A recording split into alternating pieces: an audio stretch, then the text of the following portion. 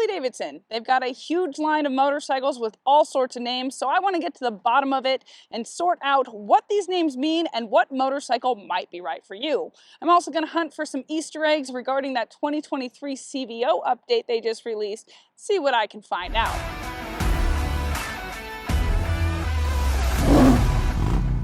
Hey everyone, Alyssa here, and we are at OC Harley-Davidson with Kevin, and I want to ask him a couple questions about the overall lineup of offerings that Harley's got. So, what are a couple of the main categories of motorcycles? Is going to start with your Sportster line. They actually redid the Sportster line over the last couple of years, so a ton of new things going on there. From there, it'll move up into your Softail line. That's kind of more your mid-sized bikes, and then all the way up to your touring lines, and then your trikes. So if I were a new rider walking in here, what sort of line or type of motorcycle would you maybe suggest that I kind of drift towards? For newer riders, always the first thought is to go with one of the smaller, lighter options. So the Sportster is kind of a go-to.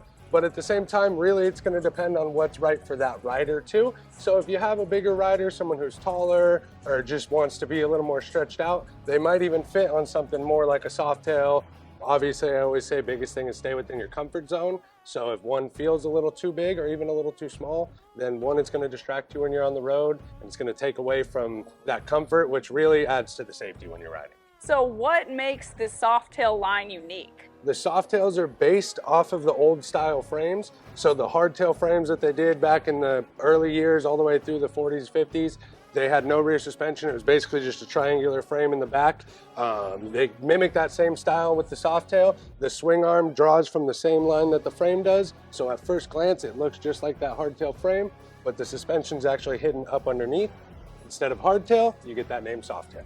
And then there's also that word Bob. What does a Bob refer to really? Those ones are going to be a little shorter wheelbase, easier to kind of toss around and maneuver. For riders that are going to be, either doing canyon rippers, something that they can have some fun on, and they give you more of that stripped down, bare bones look unless you build it up kind of from there.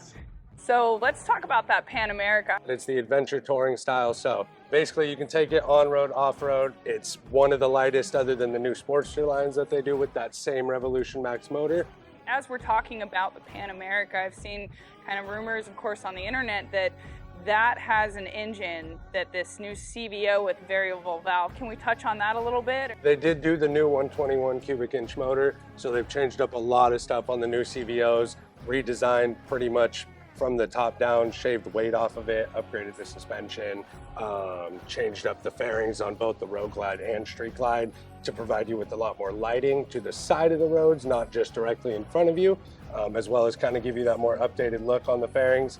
And then you have, of course, that giant new screen with the Apple CarPlay, a lot better visibility. I know that you don't have any on the showroom yet today, but a couple little Easter eggs for us there. And while we're on the topic, can you tell me what CVO means? So CVO stands for Custom Vehicle Operations. CVOs basically are that model where if you want something out the showroom ready to go, it's got everything on it and some more.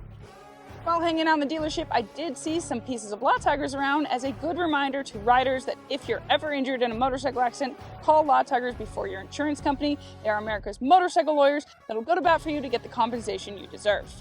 Jumping back into our conversation, I asked Kevin, what are the glides? So the glides, the biggest difference, the two biggest toss-ups are your Road Glide and your Street Glide.